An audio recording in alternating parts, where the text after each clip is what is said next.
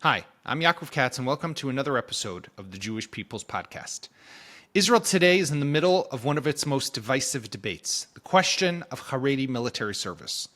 The war that continues has exposed just how unsustainable the current system is, with tens of thousands of ultra-Orthodox men continuing to be exempt from service, while the rest of society carries the national burden.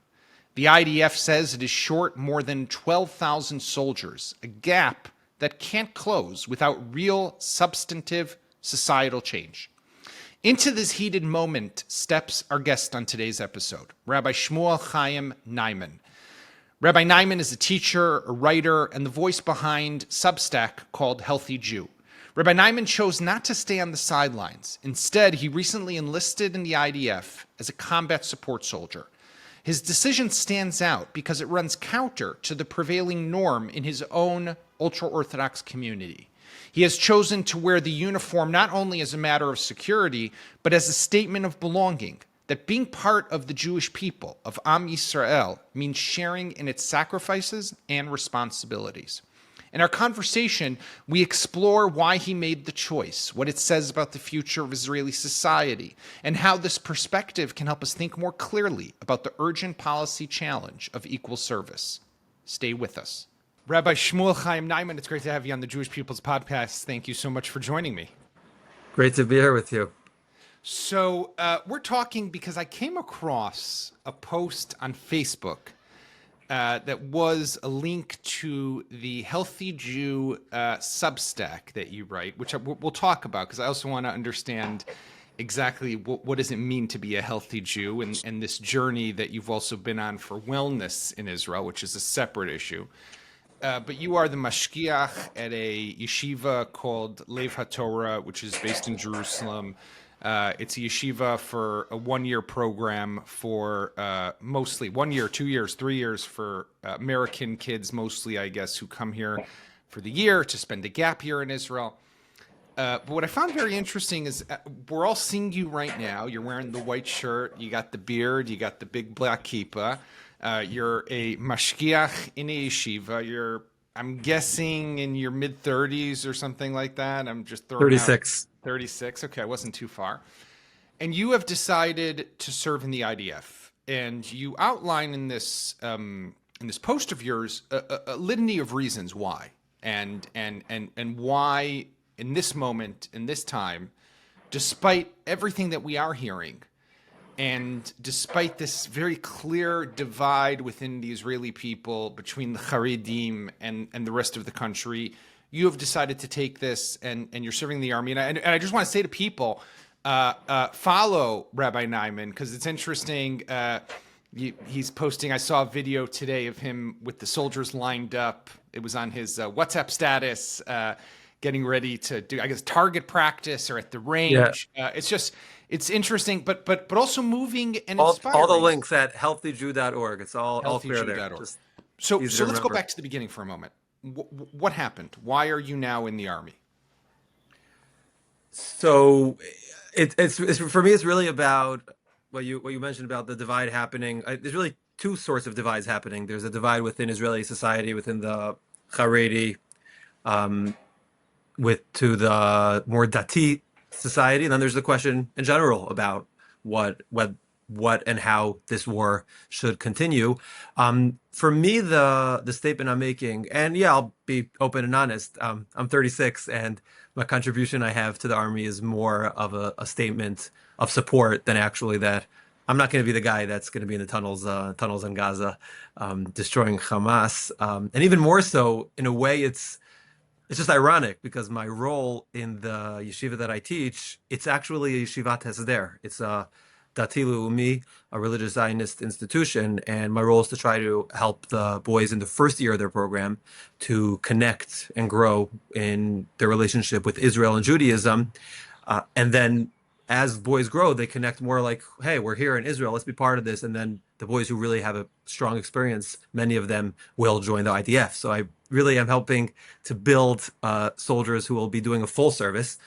So the statement that I'm making over here is about building bridges, not about breaking bridges at all. It's about building bridges, reaching out towards the wider Israeli community, the Jewish community all over the world, and staying and saying outwardly and openly that I'm part of this. And even though I've done a lot of content creation and writing, I even wrote a book about Israel, what I call Israel's war for wellness, in the context of what's happening over this year, last few years.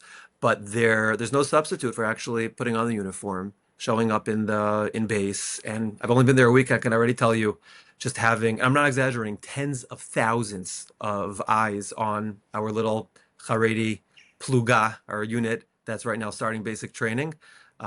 There's no bigger, really, Kiddush Hashem I could imagine like that. All the eyes are on us, and like I can't even lost count of how many hundreds of people actively showed support, both in writing to me and on base. So that's really what I'm here for, to try to bring the Jewish people together and to say really clearly that I'm fully part of this project, of this 3,000 plus year old project of Jewish people living in Israel. So what can you tell us about this unit, or this group of ultra-Orthodox Haredi soldiers who you drafted with? Where do they come from? Who are they? What are you going to do? Because we have spoken about in the past, and there's been a lot of reports of the Hashmonaim Brigade that was established, like a special infantry brigade. There's long been, traditionally in the IDF, historically, special tracks within the Air Force, within military intelligence, within the C4I Directorate. But we do know is that, and there's of course Netzach Yehuda Battalion or Brigade now, which the IDF is also always trying to bring more people into. But we do know that ever since October 7th, this has become a hot issue, a tenuous issue, and the IDF has tried to make efforts to create more tracks and make military service more acceptable, comforting, tolerant. I don't know if these are the right words, but basically a place where Haredim, or people who live an ultra-Orthodox lifestyle, can feel that their lifestyle is not undermined by military service. So what is this program that you are doing it through? Yes, so the unit I'm in is part of a project that has been around, I don't know, 20 years at least, called Shlav Bet, which is for men and women, I think, also past the age of conscription, meaning 26 and up. That the core of the idea is a 2-week basic training, which, as I've certainly been learning over the past week, is to transform us from citizens into soldiers, to really build very intensively and very much through action the mindset of taking orders, facing the consequences when the orders aren't exactly done as commanded. And then after 2 weeks, we go straight to the Miluim system, to the reserves. So the thing is that the last year or two, just bureaucracy. Nothing more than that. Really nothing more than that. And I've looked into it. It's been really hard to get into these programs. There's a certain unit which provides logistical support for a very large division in the IDF, which is actually currently in Gaza. And that unit has been looking to try to build a very, very strong Haredi presence within their unit. And I got to say, the reason they're doing this, and I heard this clearly from them, is because they're finding that the Haredi soldiers who come at older ages, we're talking people are coming in their 30s, maybe even 40s, joining the army, and do this 2-week initial training, and then they'll be able to take a course in a specific thing like fixing tanks or guard duty or things like that, are the best soldiers, because they're the ones we're coming really because we're motivated to really help. So they want to try to build as much as possible that unit around this type of service. That's the natural direction. But like I've been learning over the last week, there's so many directions could go. I'm really excited about all sorts of things which I've noticed. I'm discussing with my commanders about different types of content creation to really make these programs more in line with a Haredi worldview. If you like, when you read the post that I wrote about why I'm enlisting, and no secrets, it was a very Haredi take on it. It wasn't, definitely, and I want to get I'm into not that. ashamed of that. It was on purpose. I want to get into the halachic discourse also, because you do get into that. You quote the Rambam, Maimonides. You do talk about the halachic aspect in the Sanhedrin. So I do want to give you time to explain that, but I want to ask before that, just a very simple question. Do you feel that the IDF is giving you the space, the environment for you to continue to practice as a Jew, halachic observant Jew? I don't want to call you a Haredi Jew, but maybe if you're fine being defined as a, do you feel that for Haredim in this unit, they can practice Judaism as they want? There's nothing taking away from their Haredi lifestyle and identity? In this specific program of Shlav Bet that we're talking about, which is talking for people who are older and settled in life, it's a completely different ballgame than what we're hearing about happening in the news and in the politics. I would say absolutely yes. Is it perfect? No. Are there issues around the certain personalities of certain commanders and instructors and the environment on base? For sure, there's issues. But I can tell you already from my experience, I've had issues. I've turned to my instructors, commanders, mifakdim. I have not felt the tiniest bit of hostility or come on, get out of here. They took everything extremely seriously, passed it up the chain, are doing their best to help. And there was never anything like, hey guys, no chakras today. Sorry. Nothing remotely compared to that. Mm-hmm.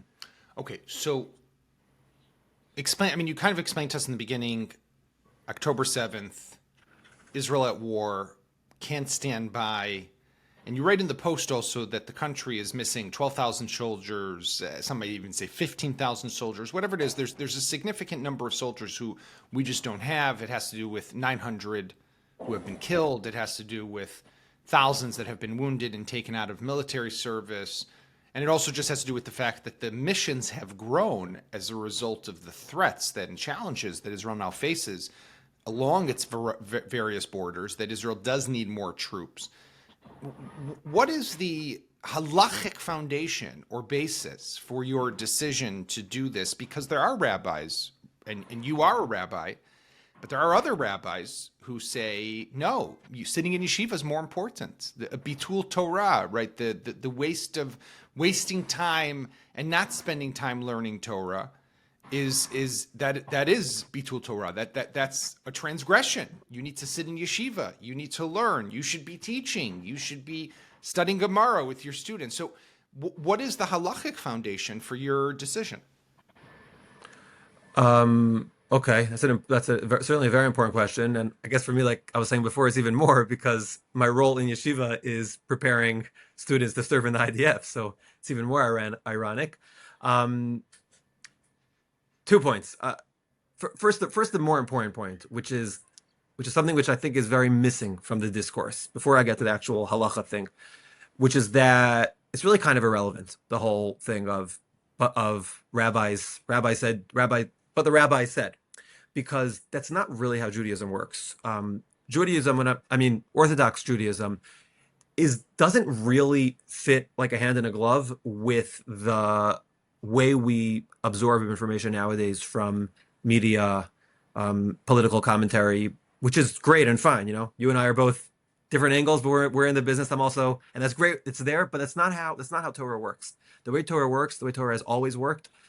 The Rambam describes it in the beginning of the laws of Sanhedrin, was that every city, every community has their rabbi and their Beit Midrash, and their students, and the best and the brightest, and the ones with the most wisdom and piety. They were sent to the bigger center of Torah learning, the bigger court, so to speak. And then from there to the regional, and then from there to the main Sanhedrin, which sat inside the Beis HaMikdash, inside the temple. And that model comes all the way back from Yisro. Yisro gave that advice to Moshe to have the father-in-law of Moses, the tens follow exactly to have the father-in-law of Moses was like that too. The father-in-laws were giving advice to the sons-in-law. He said, "I want you to give me still today, exactly.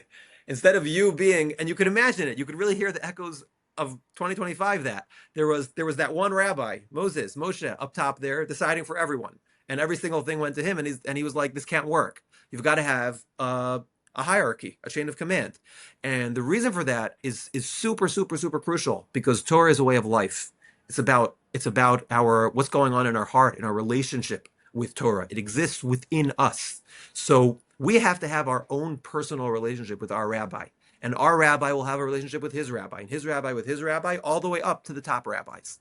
So when you have one or two or three rabbis who are all completely very, very tremendous, important rabbis. I'm not at all saying anything against the rabbis, but when their opinion, when their take on how to approach life is going to become by the press, by the newspaper, by this whole system becomes that's the final word. That's just not Judaism. That's not how it works. I do or don't go to the IDF based on what the rabbis that I know and take instructions from and take directions from. It's not like, a command of a commander that I take direction and guidance from will guide me, and they will take guidance from their rabbis. So I asked my rabbi already half a year ago. I've been in the process. That's the one line answer. I asked my rabbi. My rabbi is not ultra-Orthodox newspaper. That's just not my rabbi.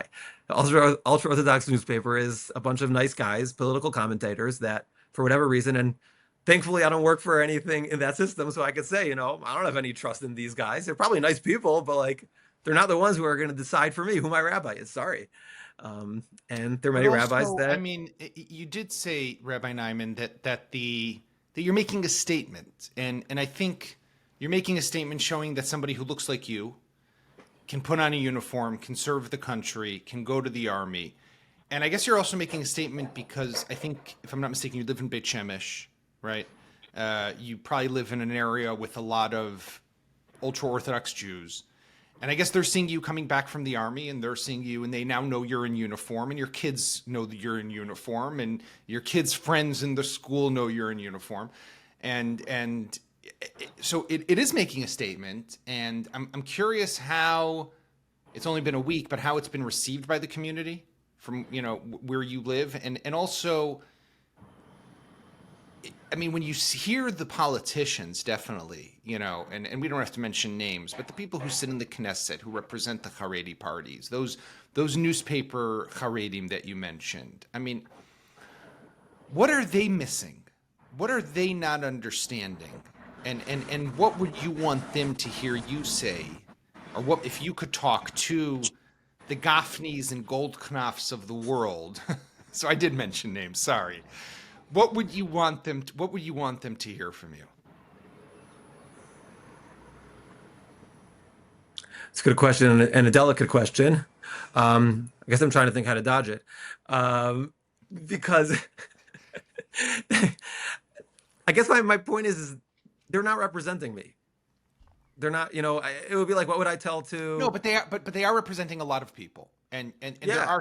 there are 60, 70,000 people who, I don't know what the right number is. Everybody throws around a number, but let's say it's 50,000, 60,000, men of exemption age, or of military age who are currently exempt from the Haredi sector of society.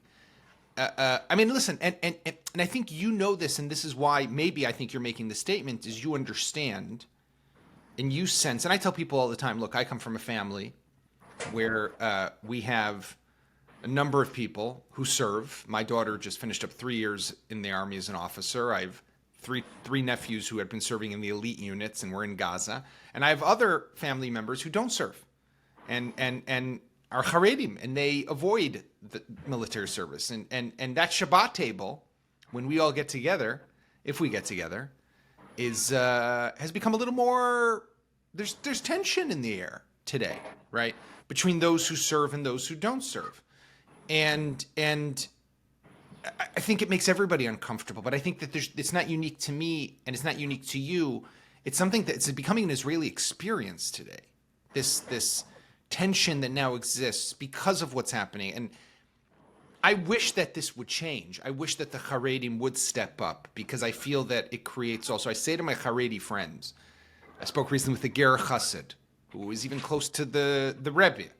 And I said, I think what you're missing is that how much people are really starting to hate you even more. And he said, you think I'm missing it? I walk down the street and I see how people look at me, because he's decked out, totally like a Hasidic Haredi. I mean, that's terrible, right? This is the Jewish state of Israel, and we have Jews who are hating Jews because of issues like this. So I just feel like, and I don't want to burden you with the responsibility, but you have an opportunity to send a message here, I feel.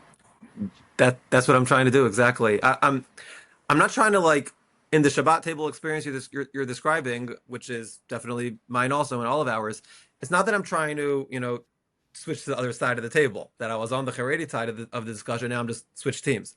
I'm trying to build bridges. I'm trying to reduce the tension. I'm trying to show through action that, hey, I'm not 18, impressionable young teenager who's going to be thrown in a system which, for whatever reason, I'll say in my understanding, good reasons, historical reasons, it's hard for him to keep his worldview and outlook in the army insurmountable and possible. That's obviously a big question. But it is And hard. that's a It's huge challenge. question. No, It's a 100%. huge question. But I'm not coming to say this or that about that question. I'm twice the age. I'm 36. I'm coming to say that whether you're 10, 15, 30, 40, or 200, I'm part of this. I'm part of the challenge and the experience and the pain. We were on Mount Herzl yesterday, in the place where all of the recent soldiers who died in Gaza are buried, that I'm part of this. I'm putting on the uniform, and because for me it is possible, because of the place I am in life and the program that the IDF, because of their willingness and desire to incorporate Haredim, have opened this program of Shlav Bet. For me, it works, so I'm fully in. Am I saying that everyone else has to go? No. But I am happily and openly trying to role model a place of, if it's possible for someone, because of their age and life situation and all of that, let's be part of this. We're on the same team. I think there's a huge difference between the actual going to the army, enlisting, doing the 3 years, and supporting it as a good thing. Right. That we don't want. I'm not separate from this. It's not like, all of the people, some really, really serious Talmidei Chachamim, Torah scholars who haven't seen their families in years, in almost a couple of years, barely have been at home. Their family doesn't know whether they're gonna ever come home even. All these really painful experiences, but like, no, that's nothing to do with me. I'm fine. I'm good. Army, that doesn't work for me anymore. I'm part of this. Whether everyone should go, everyone's got to ask their rabbi, like I said. That's very inspiring, and I have to say, I mean, it moves me, and I think it's a very important message, and I'm really happy that I was able to get you in between coming home, spending Shabbat with the family, going back to base, probably I guess on Sunday. I remember what basic training is like. Time is very limited, and one of the most difficult things, obviously, and I can only imagine when you're older. I did it when I was much younger than you. But even when you're older, having to follow orders from people who are much younger than you is definitely, that itself is a humbling experience when you have some 19 or 20-year-old kid who's telling you what to do. It's very healthy. Yes. Humbling and healthy. I did read that you're originally from Baltimore. I know that you're teaching at Leva Torah. But you have the Healthy Jew Substack, but you also came out with a book recently called Land of Health, Israel's War for Wellness, that came out after October 7th and touches on the issues that are now facing Israel. So tell us a bit about the book.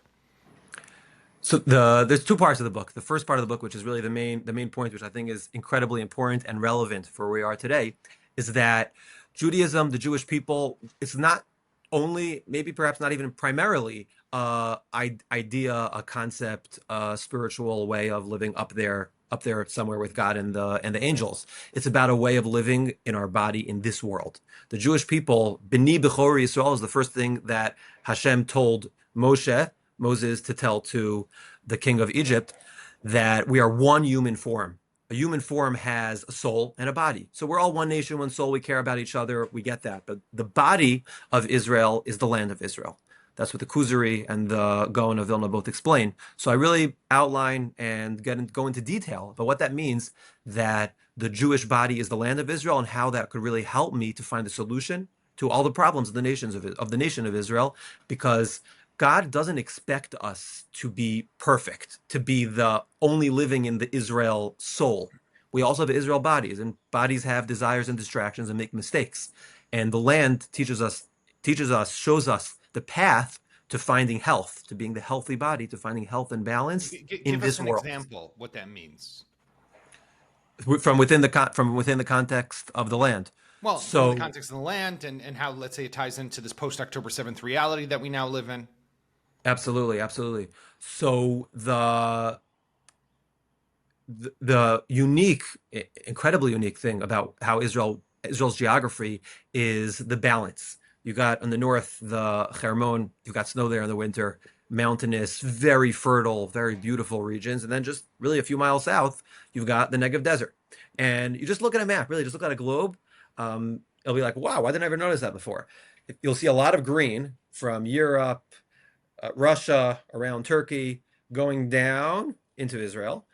And then you'll see a lot of brown under Israel, south of Israel, east to the Arabian Desert, west to Africa, and the brown goes into Israel. So Israel's really the center holding in balance the parts of the world which are cold and hot, wet and dry, also high and low. It's incredible to think about how the Gemara teaches that the highest place in the world is the place where the Beit HaMikdash is, the Temple Mount. Obviously, it doesn't mean physically high, because it's not. It means spiritually high. We always say we look up. The Torah talks about looking up to God in heaven.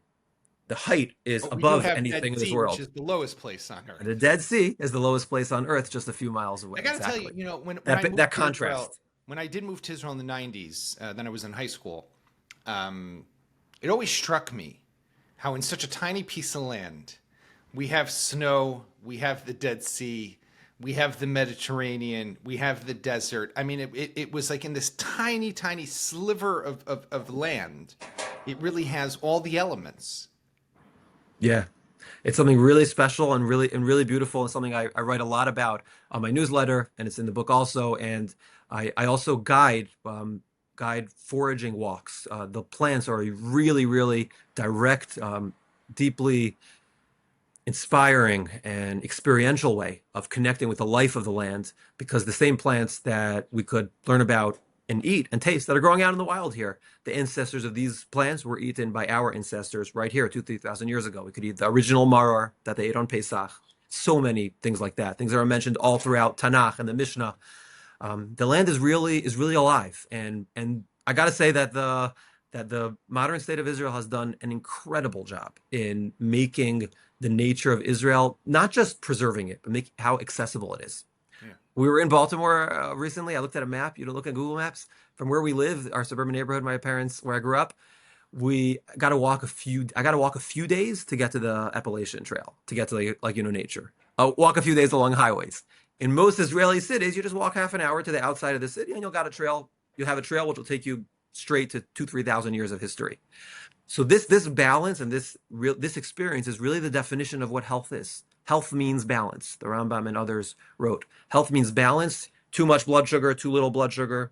Too much, too little is when things go off. When we're able to hold the different extremes, the different sides of life together in harmony, then we're settled, we're stable, we're healthy, we're whole. Now I'm understanding you a bit more, Rabbi, because I see you're doing the balance with the book, the balance with the outlook on the land and what it means to be healthy, and the balance that you're now trying to create within what you're doing right now in the military, and bridging between those different worlds. And it's wow. I mean, all I can say is really kol hakavod. And thank you very much for what you're doing. Thank you very much for sharing that message with us, and really very inspiring. I hope that many people hear this message and hear this call for balance and bridges, which I think is so needed in today's very complicated, polarizing, divisive world that we live in. Those are two very good messages, two good words. Balance, bridges. I like that. Thank you very much, Rabbi Naiman. Yeah, thank you so much for having me on. And again, if anyone listening wants to learn more, healthyjew.org. You could read about both my Substack newsletter and my foraging walks and the book. Everything's there. Okay, thank you. Thanks for joining us in today's episode. As always, you can find us where podcasts can be found, on YouTube, Spotify, Apple, and of course the website of Times of Israel. We'll be back next week with another episode of the Jewish People's Podcast. In the meantime, Shana Tova, Gemar Chatima Tova, and Shabbat Shalom.